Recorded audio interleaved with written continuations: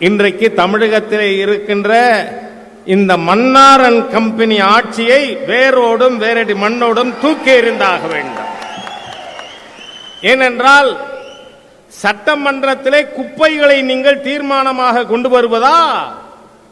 என்ன நடந்து கொண்டிருக்கிறது தமிழ்நாடு அரசியலிலே?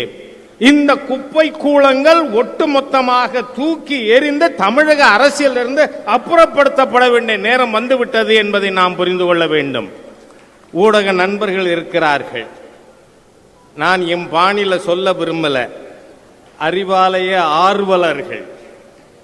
இவர்களுக்கு கொடுக்கப்பட்டிருக்கின்ற ஒரே அசைன்மெண்ட் பாரதிய ஜனதா கட்சி கூட்டணியை எப்படியாவது உள்ளுக்குள்ள உளி கொடுக்கலாமா என்பது மட்டும்தான். ஆனால் நாம் தெளிவாக இருக்க வேண்டும். தமிழகத்தின் 234 தொகுதிகளிலும் மாண்புமிகு பிரதமர் நரேந்திர மோடி அவர்களே வேட்பாளர். நமக்கு அது என்ன சின்னமாக இருந்தாலும் அவருடைய ஆசி பெற்ற வேட்பாளர்களை வெற்றி பெற செய்வது மாத்திரமே நம்முடைய குறிக்கோளாக கொண்டு நாம் செயல்பட வேண்டும். அதுதான் நாம் நம் மாநில தலைவருக்கு செலுத்துகின்ற உண்மையான பாராட்டு, அன்பு என்பதை நாம் புரிந்து கொண்டு, நீங்க இன்னைக்கு பாருங்க, தமிழ்நாட்டில் சட்டமன்றத்தை நான் 2 விஷயங்கள் கொஞ்சம் ஆழமா சொல்லிட்டு அமரலாம் என்று நினைக்கிறேன். அதனாலதான் தலைவர்கிட்ட கேட்டேன் எவ்வளவு நேரம் பேசலாம்.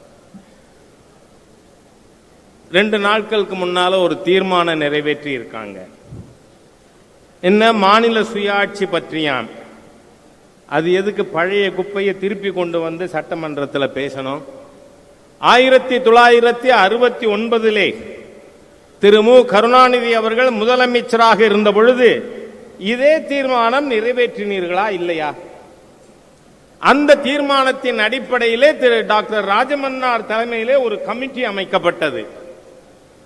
71 ராஜமன்னார் கமிட்டி அதனுடைய அறிக்கையை கொடுத்தது. Where is that committee? What you have acted on it? அந்த ராஜமன்னார் கமிட்டியில இந்த திரவிடியன் ஸ்டாக் எடுத்த நடவடிக்கை என்ன? 10 ஆண்டு காலம் 2004 இருந்து 2014 வரை இந்த குப்பை கூளங்கள் மத்தியிலே ஆட்சியிலே இருந்தீர்களா இல்லையா? யாரை ஏமாத்துறீங்க? தமிழக மக்களை ஏமாற்றி அவர்கள் வாக்குகளை பிக் பாக்கெட் பண்ண நினைக்கிற இந்த இந்த மன்னாரன் கம்பெனி ஆட்சி யோசித்து பாருங்கள். தமிழக மக்களுக்கு, அதிலும் 45 வயதுக்கு கீழே இருப்பவர்களுக்கு நீங்கள் செய்த தகுதித்தங்கள் தெரியாது என்கின்ற காரணத்தால் திருப்பி பழைய குப்பையை கிளறி இருக்கீங்களா? அதுலயும் பாருங்க, அது குப்பை தான், அது மேல நாங்க எதுவும் நடவடிக்கை எடுக்க மாட்டோம்னா அவர்களே சட்டமன்றத்தில் ஒப்புக்கொண்டு இருக்கிறார்கள்.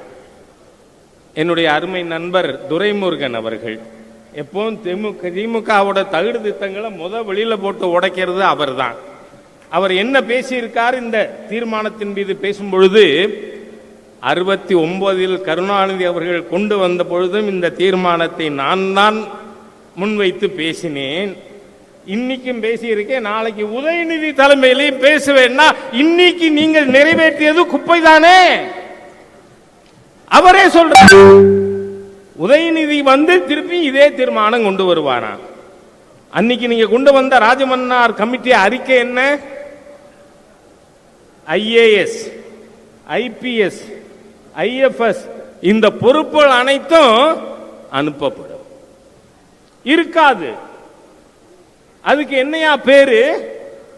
நீங்கள் 62 தனிநாடு கோரிக்கை கைவிட்ட காரணத்தால் திராவிட முன்னேற்ற கழகம் இப்போ தேர்தலில் போட்டியிடுகிறது. ஏனென்றால் பிரிவினை கேட்கின்ற தீய சக்திகள் தேர்தலில் போட்டியிட முடியாது என்ற சட்டம் வந்த பிறகு அன்னைக்கு CN அண்ணாதுரை அவர்கள் சொன்னது என்ன?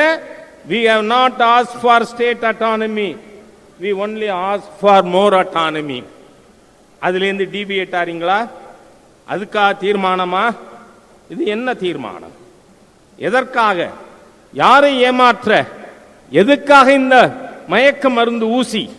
சிந்தித்து பார்க்க வேண்டும். இதுவரை இவர்கள் இந்த 4 ஆண்டுகளிலே சாதித்தது எதுவுமே இல்லை என்கின்ற காரணத்தால் நான் மாண்புமிகு முதல்வர் திரு மு க ஸ்டாலினுக்கு சொல்லுகிறேன், உங்கள் ஆட்சி இன்றிலிருந்து சரியாக 365 நாட்கள் தான் இருக்க போகிறது, அதிகபட்சம். அதற்கு மேல் இருக்க போவதில்லை இந்த அரசாங்கம். அதனால மக்களை ஏமாற்றுவதற்கு மன்றத்திலே ஒரு தீர்மானமா? ஆகவேதான் நாமும் நம் கூட்டணியும் அந்த தீர்மானத்தில் பங்கு பெறவில்லை. சகோதரர்களே, அதாவது அல்பனுக்கு வாழ்வு வந்தா அர்த்தராத்திரியில் கொடைபிடிப்பான். அதுதான் இந்த மன்னாரன் கம்பெனியுடைய ஆட்சி செய்து கொண்டு இருக்கிறது. அவசரமாக துணைவேந்தர்களை அழைத்து மாண்புமிகு முதல்வர் பேசுகிறார். எதுக்காக? எவ்வளவு நாளைக்கு? துணைவேந்தர்களை அழைத்து இவர் பேசுவது உடனே சோசியல் மீடியாவில் என்ன எழுதுறாங்க? தமிழகத்தின் மாண்புமிகு முதல்வர் 11வது கிளாஸ்ல சப்ஜெக்ட் வைஸ் என்னென்ன மார்க் வாங்கினார்னு மக்கள் பட்டியல் போடுறாங்க. ஐ டோன்ட் நோ, அதெல்லாம் சரியான மார்க் லிஸ்டா என்னன்னு தெரியாது. ஆனால் மாண்புமிகு முதல்வர் அறியாமையிலே இருக்கிறார் என்பது மாத்திரம் தெள்ளத் தெளிவாக தெரிகிறது. எதனால? யுஜிசி கிராண்ட் கமிஷனோட ஆக்ட் என்ன சொல்லுது? அவர்கள் என்னைக்கு வேந்தராக கவர்னர் இல்லையோ அவங்களோட எய்டு, கிராண்ட் எய்டு, இதை நிறுத்திடுவாங்க. ஏற்கனவே 9,30,000 கோடி கடனிலே இருக்கிறது தமிழ்நாடு. நண்பர்களே, நாம் ஒரு செய்தியை வீடு வீடாக எடுத்து சென்று சொல்லியாக வேண்டும். இவர்கள் 4 ஆண்டுகளுக்கு முன்பாக ஆட்சிக்கு வரும்பொழுது 4,30,000 கோடி கடன். இன்னைக்கு எவ்வளவு? 26 மார்ச்ல 9,30,000 கோடி.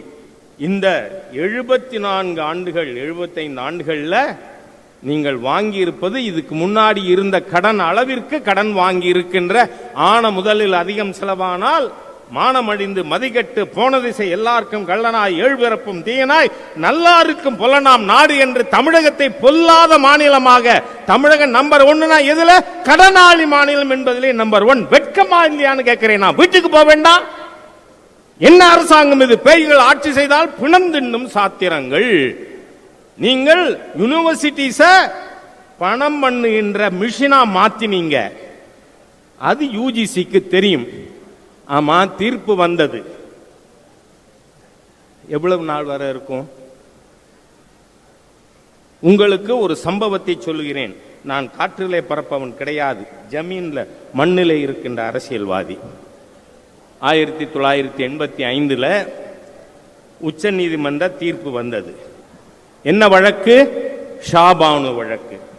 அந்த ஷாபானு வழக்குல 72 வயது முஸ்லிம் பெண்மணிக்கு மாதம் 400 ரூபாய் மெயின்டெனன்ஸ் கொடுக்கணும்னு தீர்ப்பு.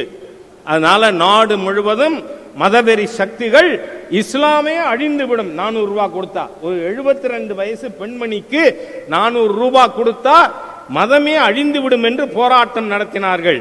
அதனால அன்றைக்கு பிரதமராக இருந்த ராஜீவ் காந்தி அந்த சட்டத்தை திருத்தினார்.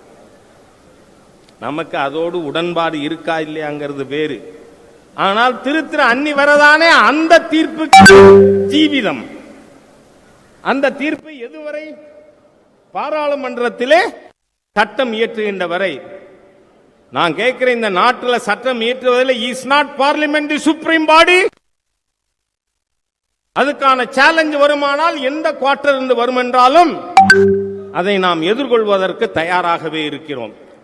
அந்த சட்டத்தை திருத்தினார்கள். திரு ராஜீவ் காந்தி சட்டத்தை திருத்தினார். உங்களுக்கு தகவலுக்காக சொல்றேன், அதை எதிர்த்து வெளியே வந்த உண்மையான செக்குலரிஸ்ட் தான் திரு அரீஃப் முகமது கான். இன்று பீகார்ல கவர்னரா இருக்காரே, இளம் வயதிலே உச்ச நீதிமன்ற தீர்ப்பை மதிக்கவில்லை என்று சொல்லி மத ரீதியாக அணுகுகிறீர்கள் என்று சொல்லி அதை சட்டம் இயற்றி திருத்தியதை எதிர்த்து வெளியே வந்தவர் தான். நான் கேட்கிறேன், பிஜேபி கவர்மெண்ட், மத்தியில் இருக்கின்ற மாண்பு பிரதமர் மோடி கவர்மெண்ட் இதுல ஆக்ஷன் எடுக்கிற வரதானே, அதுக்குள்ள அவசரமா எதுக்கு கல்யாணம்? அவசர கோல கல்யாணமா? இவர் உடனே, ஏன்னா சில பேருக்கு சிலது ஃபேன்சி, முதலமைச்சர்கள் இது துணைவேந்தர்கள் எல்லாம் வைத்து நான் பேசிவிட்டேன் அப்படின்னு காட்டிக்கிறதுக்காகவா? ஆகவே நான் சொல்லுகிறேன், தினம் ஒரு மயக்க ஊசி தமிழ்நாடு மக்களுக்கு. Only parliament is supreme, not any other பாடி. நான் உள்ளுக்குள்ள அதை பற்றி விவாதிக்க இறங்க விரும்பவில்லை. பாராளுமன்றத்திற்கு மாண்புமிகு ஜனாதிபதி அவர்களுக்கு யாரும் உத்தரவிட முடியாது. அரசியல் சட்டத்திலே இருக்கிறது. ஆளுநரை கொஸ்டின் பண்ண முடியுமா என்ன? அரசியல் சட்டத்தில் இருக்கிறது. அதனால இவர்கள் ஏதோ சில பேருக்கு சில நாட்கள் வாய்ப்பு வரலாம். அல்பனுக்கு வாழ்வு வந்தா அர்த்த ராத்திரில கொடை பிடிப்பான். அந்த மாதிரியாக இந்த அரசாங்கம் தீர்மானம் நிறைவேற்றுகிறார்கள். மாநில சுயாட்சி பற்றி பேசுகிறார்கள். நான் ஒரு விஷயம் சொல்றேன். இந்த நாடு ஒருமைப்பாடாக ஒற்றுமையாக இருப்பதற்கு ஒரே காரணம், கங்கையிலே இருக்கின்ற நம்முடைய மக்கள், காசியிலே இருப்பவர்கள் தன் வாழ்நாளில் ஒரு நாளாவது ராமேஸ்வரம் சேதுபந்தனத்துக்கு வர வேண்டும், அங்கே ஸ்நானம் பண்ண வேண்டும் அக்னி தீர்த்தத்தில் நினைக்கிறதுனால இது ஒரே நாடு. அதே மாதிரியாக இங்கே ராமேஸ்வரத்தில் இருக்கின்ற நாம், தென்கோடியில் இருக்கின்ற நாம் நம் வாழ்நாளில் ஒரு நாளாவது காசிக்கு போக வேண்டும், கங்கையிலே குளிக்க வேண்டும், காசி விஸ்வநாதரை தரிசிக்க வேண்டும் என்கின்ற எண்ணத்தினாலே, ஆகவே இந்த தேசத்தை பிரித்து விடலாம், இந்த தேசத்தை சிதைத்து விடலாம் என்று எண்ணி யாரும் செயல்பட வேண்டாம். அதே மாதிரி நண்பர்களே, இன்னைக்கு மிகவும் ஹாட் சப்ஜெக்டா இருக்கிறது வக்ஃப் போர்டு திருத்தங்கள் நாம் கொண்டு வந்தது. நான் முழு அடக்கத்தோடு சொல்லிக் கொள்கிறேன், இந்த பிரச்சனையை முதலில் ஊடக வெளிச்சத்துக்கு கொண்டு வந்தது இந்த ஹெச் ராஜா தான். ஏனென்றால் 2022 திருச்சிக்கு பக்கத்தில் இருக்கின்ற திருச்செந்துறையிலே அங்கு 1200 ஆண்டுகளுக்கு முன்பாக பராந்தக சோழன் கட்டிய சிவங்கோவில் வக்ஃப் ப்ராப்பர்ட்டியான். எப்படி இருக்க முடியும்? யார் முன்னால் வந்தது? பராந்தக சோழன் ஆட்சி முன்னாடியா இல்ல வேற யாருக்காவதா? அது மாத்திரமல்ல, பராந்தக சோழன் அங்க லைம் மார்டர்ல கட்டினார் காரை கோவில். ஆனால் அதற்கு பிறகு ஆட்சிக்கு வந்த குந்தவை நாச்சியார் அதை கற்கோவிலாக மாற்றினார். இன்னைக்கு அந்த கோவில் பிரகாரமாங்க அதனுடைய பின்பக்க சுவற்றிலே கல்லிலே பதியப்பட்டு இருக்கிறது, கல்வெட்டு இருக்கிறது. இந்த மதில் சுவரில் இருந்து அந்தநல்லூர் வாய்க்கால் வரை இருக்கின்ற இடம் இந்த கோவிலுக்கு சொந்தம்னு. சரி, உங்க பேச்சுக்கே வருவோம். எப்ப குந்தவை நாச்சியார் காலத்துல கல்வெட்டுல எழுதப்பட்டு இருக்கு, அன்னைக்கெல்லாம் தனி உடைமை கிடையாது, சொத்துரிமை மன்னர்களுடையது. அவர்கள் மானியமாக யாருக்கு வேண்டுமானால் கொடுப்பார்கள். அப்ப அன்னிக்கே குந்தவை நாச்சியார் ஆட்சியிலே இருக்கின்ற காலத்திலே இந்த மதில் சுவர் இருந்து அந்தநல்லூர் கால்வாய் வரை இருக்கின்ற இடம் சந்திரசேகர சுவாமிக்கு சொந்தம், இந்த சிவன் கோவிலுக்கு சொந்தம் என்று எழுதி வைத்தாகிவிட்டதோ, அதை அதுக்கப்புறம் வேற யார் பராதீனப்படுத்த முடியும்? என்றால் அது ஏற்கனவே ஹிந்து கடவுளுக்கு எழுதி வைத்து விட்டது. அங்க போய் பார்த்தீங்கன்னா பட்டியல் சமுதாய மக்களும் முத்தரையர் சமுதாய மக்களும் அதிகமாக வாழ்கின்ற கிராமம் அந்த திருச்செந்துறை கிராமம். திருச்செந்துறை கிராமம் முழுவதும் தி ஹோல் ரெவென்யூ வில்லேஜ் வக்ஃப் போர்ட் ப்ராப்பர்ட்டின்னு எழுதினா எப்படி முடியும்? அதே மாதிரியா சொல்றேன், நான் நேராக போன விஷயங்கள் இங்கு ராணிப்பேட்டை மாவட்டத்திலே வேப்பூரிலே வன்னிய சமுதாய சகோதரர் 2 பேருக்கு 1933 நீதிமன்றத்தால் அவர்களுக்கான இடம் என்று தீர்ப்பளிக்கப்பட்டு அரசாங்கம் பட்டா சிட்டா அடங்கல் அனைத்தும் கொடுத்திருக்கிறது. அந்த இடம் வக்ஃப் போர்டுன்னு சொல்ல முடியுமா? அதே மாதிரியா பழனிக்கு பக்கத்தில் பாலசமுத்திரத்தில் 96 ஏக்கர் நிலத்தில் 1000 வீடுகள் இருக்கு. அந்த 1000 வீடுகளை காலி பண்ணுன்னு நோட்டீஸ் கொடுத்துட்டாங்க. காரணம் என்ன? வக்ஃப் போர்ட் செக்ரட்டரி கொடுத்துட்டாருன்னு. அதான் நான் வெள்ளூர்ல ராணிப்பேட்டை கலெக்டர் அம்மாட்ட பேசும்பொழுது சொன்னேன்னா, நீங்க தயவு பண்ணி இந்த கலெக்டரேட்டை வெக்கேட் பண்றீங்களா? என்ன சார் பேசுறீங்க? இது எனக்கு சொந்தம் கலெக்டரேட். யார் சொன்னா? நான் சொல்றேன். எங்க வக்ஃப் போர்ட் செக்ரட்டரி சொல்லிட்டா எந்த விதமான டாக்குமெண்டரி எவிடன்ஸும் இல்லாம அது நீங்க வக்ஃப் போர்ட் ப்ராப்பர்ட்டின்னு சொல்லி இருக்கிறவங்களை எவிக்ட் பண்ணுவீங்கன்னா you vacate it because I am. இந்த மாதிரியாக தமிழ்நாட்டில் மட்டும் எவ்வளவு சொத்துக்கள் இந்த மாதிரியாக சட்டவிரோதமாக உண்மையிலேயே வக்ஃப் சொத்து தான் என்று சொன்னால் அதை காப்பாற்றுவதற்காக முன்னணியிலே ஹெச் ராஜா நிற்பான். ஆனால் சட்டவிரோதமாக போலி எந்த ஆவணமும் கிடையாது, வெறும் வாய்மொழி. அதன் மூலம் கிளைம் ஆகியிருக்கிற மொத்த ப்ராப்பர்ட்டி எவ்வளவு தெரியுமா நண்பர்களே? 53,834 சொத்துக்கள், 7,400 அமைப்புகள் மூலமாக வக்கப் போர்ட்ஸ் அதன் மூலமாக கிளைம் பண்ணியிருக்காங்க. இது தமிழ்நாட்டில் மட்டும்.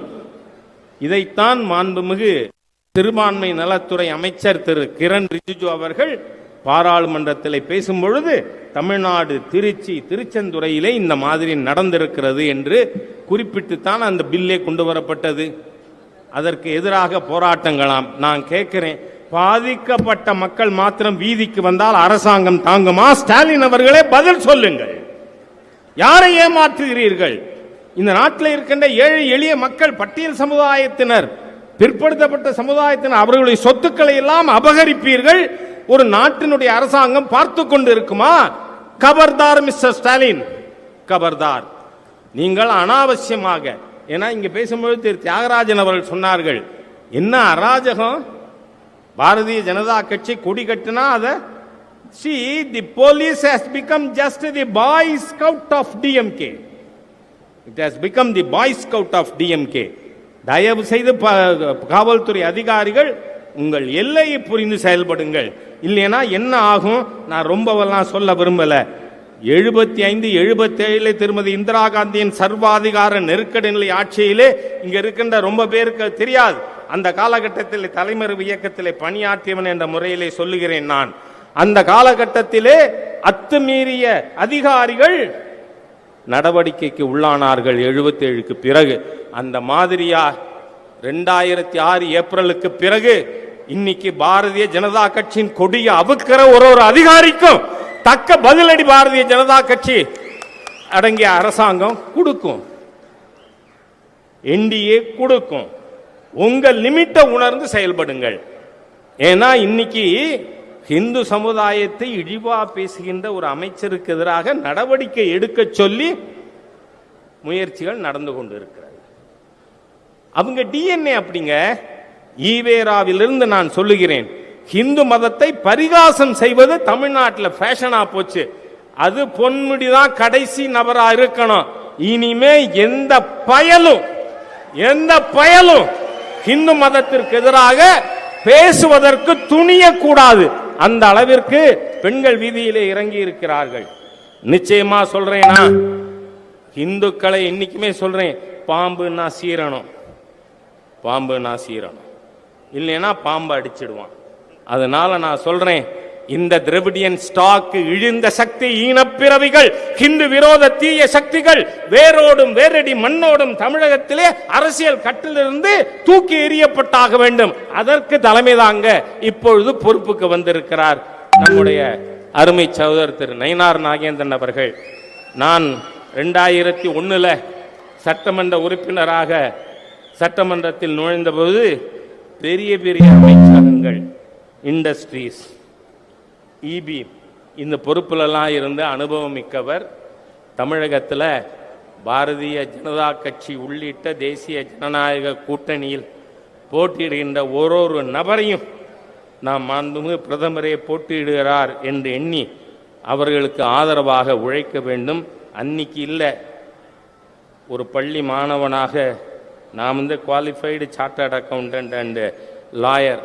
அதனால சொல்றேன், அன்னன்னி பாடத்தை அன்னன்னைக்கு படிக்கிற மாணவனுக்கு பரீட்சையில பிரச்சனை இல்லை. அதனால இன்றிலிருந்து இந்த தீய சக்தி திராவிட முன்னேற்ற கழக ஆட்சி, ஹிந்து விரோத தீய ஆட்சி, இந்த ஆட்சியை வேரோடும் வேறு கலந்தெறிய வாருங்கள் வாருங்கள். நயினார் நாகேந்திரன் அவர்கள் தலைமையேற்று நடத்துவார். அவருக்கு உறுதுணையாக நாம் அனைவரும். ஏனென்றால் இது பல தலைவர்களை பார்த்திருக்கின்ற கட்சி. ஆகவே தலைவர் என்பவர் the president presides, the party decides. ஆகவே தலைவர் என்பவர் நமக்கு தலைமையேற்று முதல்ல போற. ஏனென்றால் முதல் ஜம்மு காஷ்மீரை காப்பாற்றுவதற்கு அன்றைய தலைவர் டாக்டர் ஷாம பிரசாத் முகர்ஜி களப்பலியானது. தலைவன் முதல்ல தொண்டனை விட்டு முன்னாடி போன்னு சொல்லிட்டு பின்னாடியே இருந்து குடும்பம் தலைமுறையாக நீங்கள் சொத்துக்களை அனுபவித்துக் கொண்டிருக்கிற கருணாநிதி குடும்பம் இல்லை. பாரதிய ஜனதா கட்சியிலே இருப்பவர்கள் தலைவர்கள் முன்னணியிலே செல்வார்கள். டாக்டர் ஷாம் பிரசாத் முகர்ஜி வழிகாட்டி இருக்கிறார். அந்த வழியிலே தலைவராக பதவியேற்க இன்று வந்திருக்கின்ற அருமை சகோதரர் அனுபவசாலி திரு நயினார் நாகேந்திரன் அவர்களுக்கு முழு பாரதிய ஜனதா கட்சியும் இன்று அதில் உறுப்பினராக இருக்கின்ற கிட்டத்தட்ட 50 லட்சம் பாரதிய ஜனதா கட்சி உறுப்பினரும் உங்களோடு தோளோடு தோள் கொடுத்து மாண்புமிகு பிரதமர் மோடி அவர்களுடைய வழிகாட்டுதலே தமிழகத்திலே 26 ஆட்சி அமையும் என்று அவருக்கு உறுதியளித்து என்னுடைய வார்த்தைகளை நிறைவு செய்கிறேன். வணக்கம்.